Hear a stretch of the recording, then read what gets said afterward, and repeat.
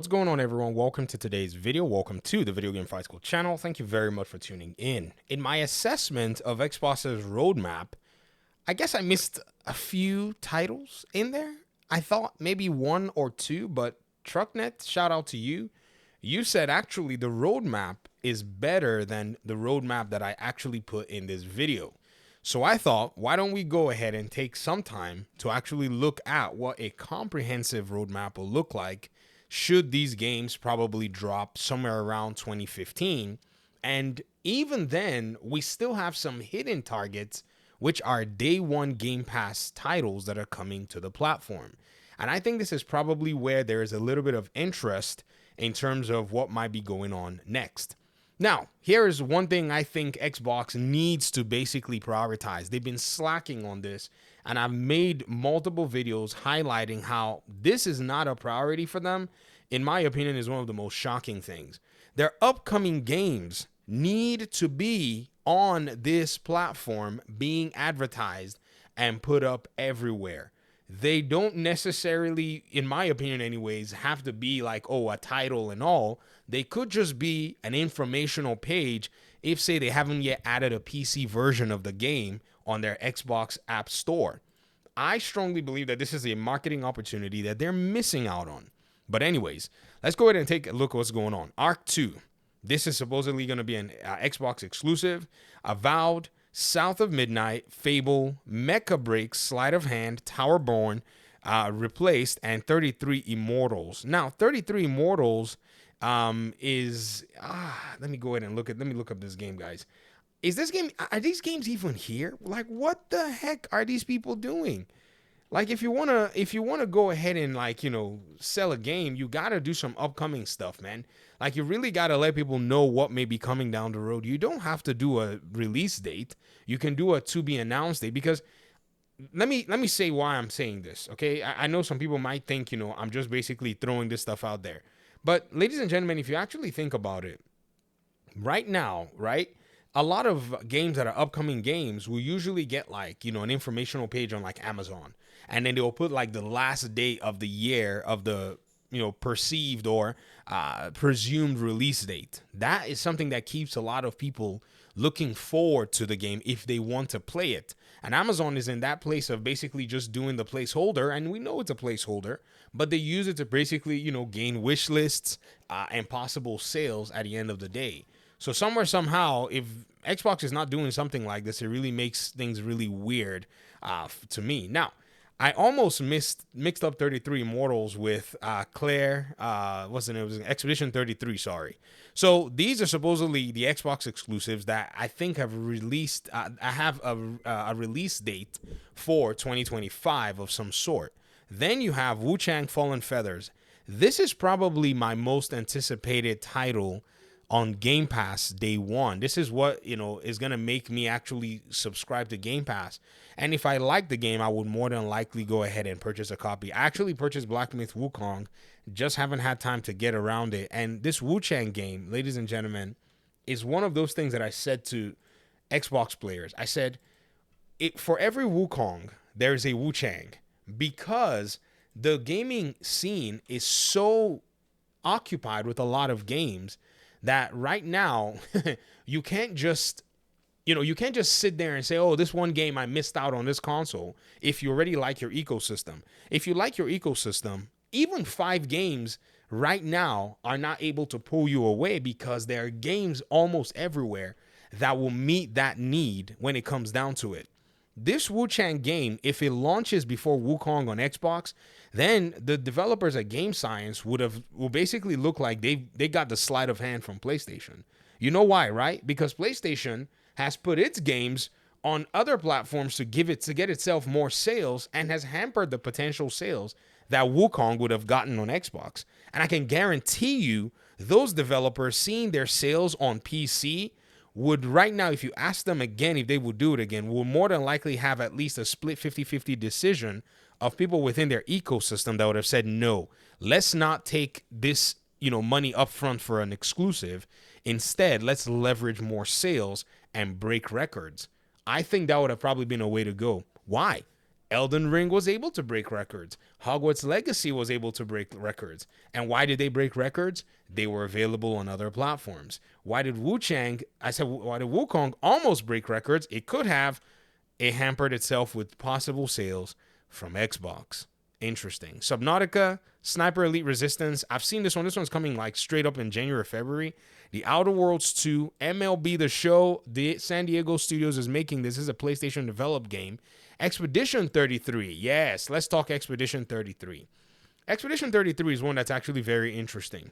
One thing I will say about this game is it is, in my opinion, probably going to appeal to what Final Fantasy would have done. So again, remember Final Fantasy 16 and Final Fantasy 7, Rebirth, both games were basically excluded from Xbox because they took money from PlayStation. They decided to do that.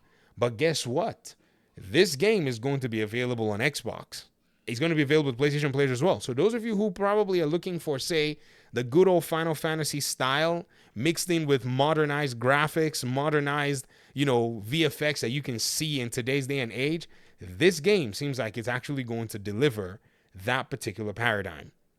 And so again, look at what's going on in the gaming industry, and you'll realize that whichever platform you pick, you're literally going to be fine as long as that's a platform that you like. However, Xbox adds a little sauce to it and a little bit of an appeal, saying, hey, if you're already on the Xbox platform, here's what's available. Here are your options. If this is a game you'll probably never buy, at least nothing is stopping you from actually installing the game when it comes down to it, if y'all get what I mean. So again, the strategy makes a whole lot of sense when you're actually thinking about it. Then you got Atomfall. That's coming very soon. Atomfall is one of those games. Let's go ahead and look at and check it out real quick, because I strongly believe that this is the game that, for some people that have been Fallout fans, they've talked about how this game gives them that vibe in that regard. Release date is March 27th, 2025. So that's going to be interesting to see a game like this actually surface, and, the fans that are looking forward to it. There's Fragpunk. I do not know what this game is. Let me go ahead. It should be here. Most of the Game Pass titles now, they're all going to be coming out. So Fragpunk, let's see. It's doing some weird stuff. I guess it's looking for it. It's not been announced. There's no page for it here on the PC side. It may be on the console side. The Altars, Doom, The Dark Ages. Oh my gosh. This one is very much anticipated because Doom is a household name within the ecosystems. Doom Eternal, I think, probably is the catalyst for why Doom is going to other platforms. It literally, in my opinion, basically has changed the game for Bethesda in their first-person shooter category. It's probably, in my opinion, the game with some of the best accolades that you can find out there. If you look at, say, Doom Eternal, say, as of 2020, the game had sold about 3 million copies worldwide, beating 2016's Doom. Doom's 957 units of launch month sales. That's crazy. That's insane when it comes to the game pretty much doing very well. It had grossed about $190 million at some point in its reveal. And then when you look at 2021, some people are actually estimating that Doom actually generated about $450 million in its first 9 months of release, because it was by a monetization designer who would actually put their stuff on LinkedIn. So again, like Xbox is not going to be like, we're not going to make all that money. No.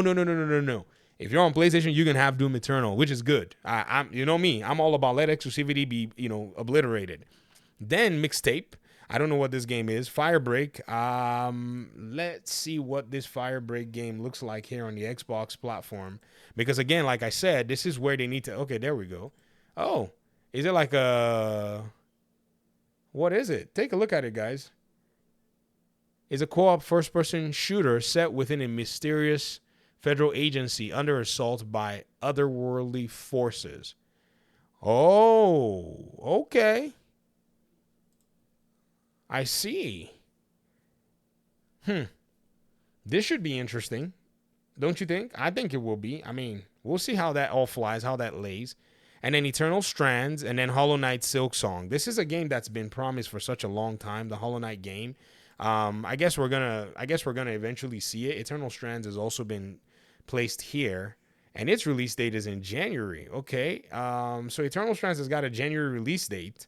What does Fire this game? Okay, this is a Remedy game.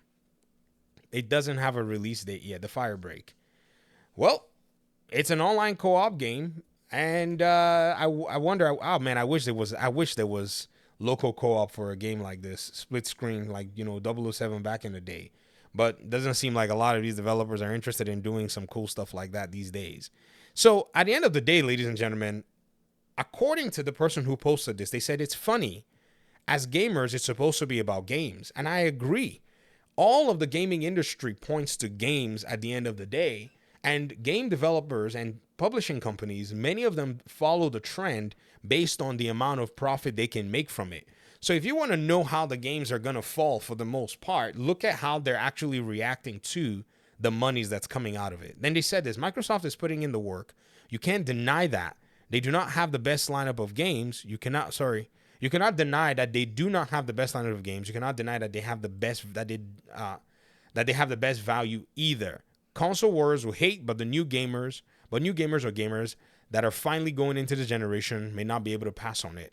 It'll be a very interesting year. I agree. I think it's really going to provide a value proposition that, it's not going to be revolutionary. And the reason it's not going to be revolutionary, like I've said before, is simply because there's already a saturation of games on the market, right? However, even with the saturation of games, gamers still have what's called a limited wallet. The limited wallet is what's going to then dictate how they respond to a lot of these different titles. But that's my spiel. Thanks for watching the video. I really appreciate you guys' time and audience, and hopefully we'll talk pretty soon in another one. Peace out.